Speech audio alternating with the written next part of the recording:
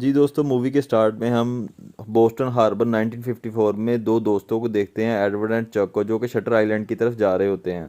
Shutter island की तरफ जाते हुए जब स्टार्ट पर वो गेट पर पहुंचते हैं तो वहां पर उन्हें पुलिस गार्ड्स जो है रोक लेते हैं। बेसिकली ये दोनों एडवर्ड एंड चक एक केस की तफ्तीश के लिए उस हॉस्पिटल में गए होते हैं, उस शटर आइलैंड के ऊपर।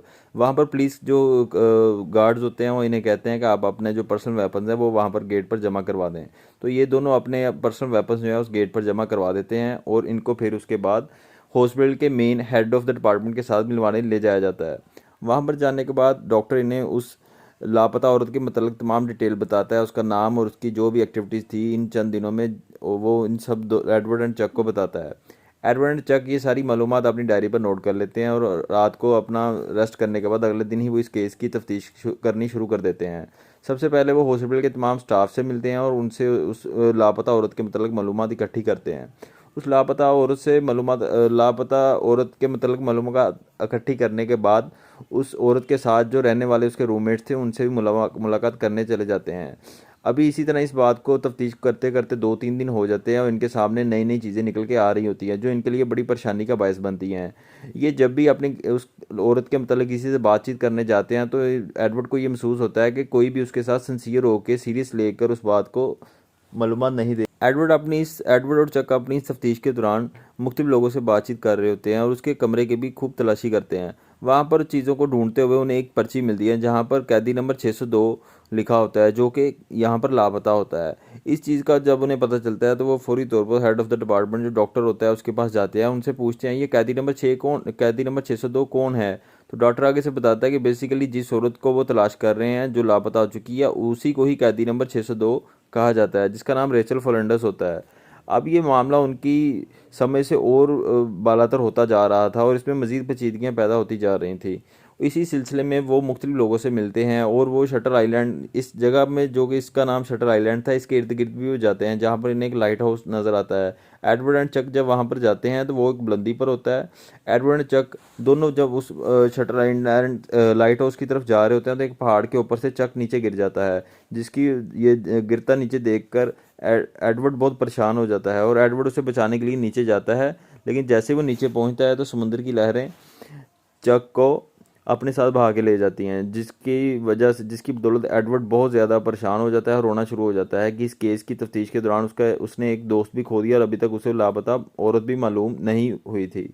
जैसे ही वो दोबारा उस पहाड़ के ऊपर चढ़ने लगता है तो उसे पहाड़ के दरमियान में गुफा नज़र आती है जहाँ पर एक रोशनी सी उसे नज़र आती है। जब वो ऊपर चढ़ रहा होता है तो उस गुफा के अंदर वो जाता है तो देखता है कि वहाँ पर एक लड़की आग जलाकर बैठी हुई है। जब वो उसके पास जाता है तो बड़ी हैरानगी से उससे पूछता है कि तुम कौन हो, यहाँ पर इस वक्त क्या कर रही हो। तो वो उसे बताती है कि मेरा नाम रेचल फर्नांडिस है। तो ये चीज़ सुनकर ही एडवर्ड बहुत ज़्यादा हैरानकुन हो जाता है कि जिस औरत को वो ढूंढ रहे थे वो तो यहाँ पर पहाड़ के अंदर एक गुफा के अंदर रह रही है। तो वो बड़ा परेशान होता है और उससे सवालात करने शुरू कर देता है। रेचल फर्नांडिस उसे बताती है कि मैं वहाँ से कैसे भागी और किस वजह से मैं यहाँ पर आई हूँ। यहाँ पर उसे एडवर्ड को थोड़ा थोड़ा समझ आना शुरू हो जाता है। असल में होता दोस्तों ऐसा है कि रेचल फर्नांडिस वहाँ की एक पेशेंट होती है जिसकी याददाश्त गायब करने की वहाँ के डॉक्टर्स कोशिश कर रहे होते हैं और रेचल फर्नांडिस की तबीयत जबकि ठीक हो जाती है और रेचल इस चीज़ को समझ आती है कि यहाँ पर ये लोगों का इलाज नहीं कर रहे बल्कि उनको जहनी टॉर्चर कर रहे हैं। ये वो सारी चीज़ें एडवर्ड को बता रही होती है। एडवर्ड साथ साथ इन चीज़ों को नोट कर रहा होता है। वो एडवर्ड को बताती है कि यहाँ का जितना भी अमला है और डॉक्टर हैं सभी एक दूसरे के साथ मिले हुए हैं। यहाँ पर लोगों को पेशेंट बना के एडमिट किया जाता है लेकिन उनके साथ खिलवाड़ किया जाता है। यहाँ पर इंसानियत के नाम पर लोगों की ज़िंदगियाँ तबाह की जा रही हैं, उनकी याददाश्त को मिटाया जाता है और इसके पीछे एक कोई बहुत बड़ी साजिश होती है। ये सारी चीज़ें जानकर एडवर्ड बड़ा हैरान हो जाता है और वो सोचता है कि हेड ऑफ़ द डिपार्टमेंट ने मेरे साथ ऐसा झूठ क्यों बोला, क्योंकि उसे तो ये मालूम था कि वो हेड ऑफ़ द डिपार्टमेंट को हॉस्पिटल से एक औरत लापता हो चुकी है जिसकी तलाश के लिए उन्होंने एडवर्ड और चक को बुलाया होता है। एडवर्ड उस औरत से सारी बातचीत करने के बाद वापस शटर आइलैंड पर जाता है और जाकर हेड ऑफ़ द डिपार्टमेंट को मिलता है और वहाँ पर उसका लड़ाई झगड़ा भी होता है। वो उसे बताता है कि तुमने मेरे साथ झूठ बोला जबकि रेचल फ्लोंडस तो यहीं पर ही है, तुम लोग यहाँ पर पेशेंट्स के साथ ज़्यादती कर रहे हो, उनकी याददाश्त को ख़त्म कर रहे हो और एक इंसानी के नाम पर तुम जुल्म कर रहे हो लोगों के ऊपर। डॉक्टर ये बात सुनकर पहले चुप करके सुनता रहता है और बाद में एंड्रयू को बताता है कि एंड्रयू तुम्हें अभी भी याद कुछ नहीं आया। तो एंड्रयू एकदम से हैरान हो जाता है कि डॉक्टर मुझे किस चीज़ के मतलब बात कर रहा है। वो फिर उसे कहता है कि एंड्रयू कि अभी भी तुम्हें कोई चीज़ याद नहीं आई। वो डॉक्टर को पकड़ लेता है। वहाँ पर एक दूसरे के दरमियान लड़ाई होती है लेकिन इस लड़ाई के दरमियान ही चक वहाँ पर दोबारा आ जाता है। वहाँ पर एंड्रयू चक को देखकर बड़ा हैरान होता है, क्योंकि एंड्रयू तो अपनी आंखों से उसे देखा था कि वो पहाड़ से नीचे गिर के मर गया था और उसे समुद्र की लहरें अपने साथ समुद्र में ले गई थी। जैसे ही वो चक को देखता है और हैरान हो जाता है और उससे पूछता है कि चक तुम कैसे यहाँ पर आ गए, तुम तो मर गए थे। चक उसे बताता है कि नहीं एंड्रयू, मैं मरा नहीं था, बेसिकली ये सारा जितनी भी एक्सरसाइज हम कर रहे थे ये तुम्हारी याददाश्त को वापस लाने के लिए कर लिए हैं। असल में तुम एंड्रयू नहीं हो, तुम्हारा नाम लियोनार्डो है और तुम यहाँ पर पिछले 3 साल से पेशेंट हो।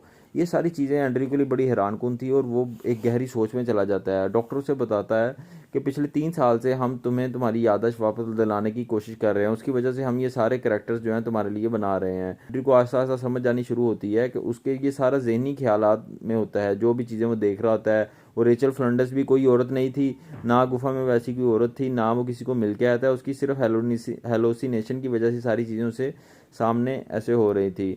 और कैदी नंबर 602 जिसके बारे में वो तलाश कर रहा होता था कि वो वहाँ पर गायब होता है, असल में कैदी नंबर 602 एंड्रयू खुद ही होता है।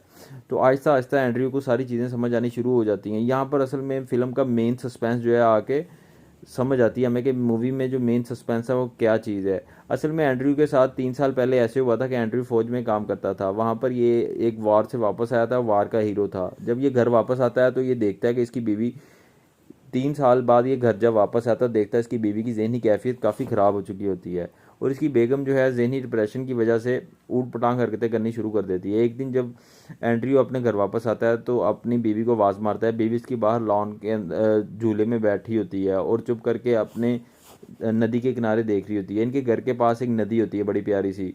तो वहाँ पर जब एंड्रयू जाता है अपनी बेगम को पूछता है कि बच्चे किधर हैं। एंड्रयू के 2 बेटे और एक बेटी होते हैं और उसकी बेगम कहती है वो इधर कहीं घूम फिर ही रहे हैं, मुझे नहीं पता, देख लो इधर ही होंगे। वो इधर उधर देखता है तो बड़ा हैरान होता है कि बच्चे ना घर में हैं ना बीवी के पास हैं, उसे कुछ ठीक नहीं लगता। उसके बाद फ़ौरन वो अचानक उसकी नज़र नदी की तरफ पड़ती है तो देखता है कि वहाँ पर नदी पर 3 बच्चे तैर रहे हैं। वो भागता भागता वहाँ पर जाता है और देखता है 1 बाय 1 जब बच्चों को बाहर निकालता है तो वो उसके खुद के बच्चे होते हैं। वो ये सारी चीज़ें देख के एकदम उसका दिल टूट जाता है और उस बिल्कुल भी अपनी खबर नहीं रहती। वो अपनी औरत बेगम की तरफ जाता है, उससे पूछता है कि ये सब कैसे हुआ। वो आगे से बड़ा हंसते हुए मुस्कुराते हुए बोलती है कि बच्चों ने नहाया नहीं था 3 दिन से, मैंने इन्हें नहाने के लिए वहाँ पर छोड़ के आई थी, तो मुझे नहीं पता ये मर गए हैं। तो वो बीवी उनके पास बच्चों के बैठ के हंसना शुरू कर देती है। तो वहाँ पर एंड्रयू को समझ आता है कि असल में बच्चों को इस मेरी बीवी ने ही मारा है, क्योंकि वो अपने बच्चों से बहुत प्यार करता था, लेकिन बीवी की इस हरकत पर उसे बहुत ज़्यादा गुस्सा आ जाता है और वो उसी वक्त अपनी पर्सनल रिवॉल्वर से अपनी बीवी को भी शूट कर देता है। यहीं पर ही मूवी का जो है मेन स्ट्रीम स्टार्ट होती है और यहाँ पर ये एंड्रयू खुद भी दिमागी अमराज का शिकार हो जाता है। अभी एंड्रयू को असल में यही समझ नहीं आ रही होती कि उसके बच्चे उसकी बीवी ने मारे होते हैं, उसकी बीवी को उसने खुद मारा होता है, जबकि उसे यही लगता है कि मेरी बीवी और बच्चों को किसी ने मार दिया था। सारी फिल्म का जो मेन मकसद है वो यही एक करेक्टर है कि एंड्रयू की याददाश्त वापस आई जाए और एंड्रयू को पता चले कि वो खुद एक जहनी मरीज़ बन चुका है और उसकी बेगम भी जहनी मरीज़ थी जिसकी वजह से उसने अपने बच्चे मार दिए थे। डॉक्टर और चक की यही कोशिश होती है कि एंड्रयू को किसी तरह से हकीकत का पता चल जाए। बिल आखिर एंड्रयू को अपनी हकीकत का पता चल जाता है और वो डॉक्टर को कहता है कि हाँ मुझे सारी चीज़ें याद आ गई हैं, ठीक है।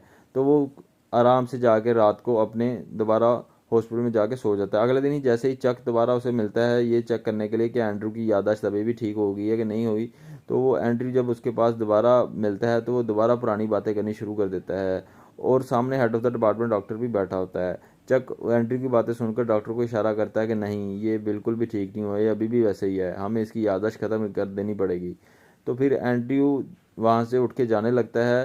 तो जाते जाते चक को एक बात कहता है जिससे चक को ये चीज़ आइडिया हो जाती है कि असल में एंड्रयू की याददाश्त अभी भी वापस आ गई है, लेकिन वो अभी दोबारा सारी एक्टिंग कर रहा है। वो नहीं चाहता कि उसकी याददाश्त उसके साथ रहे, वो पुरानी याददाश्त को मिटाना चाहता है। मूवी का एंड बस यहीं पर हो जाता है, एंड्रयू की याददाश्त को ख़त्म कर दिया जाता है और एंड्रयू वहीं पर ही रह जाता है। होपफुली आपको इस मूवी की एक्सप्लेनेशन अच्छी लगी होगी। Thank you so much.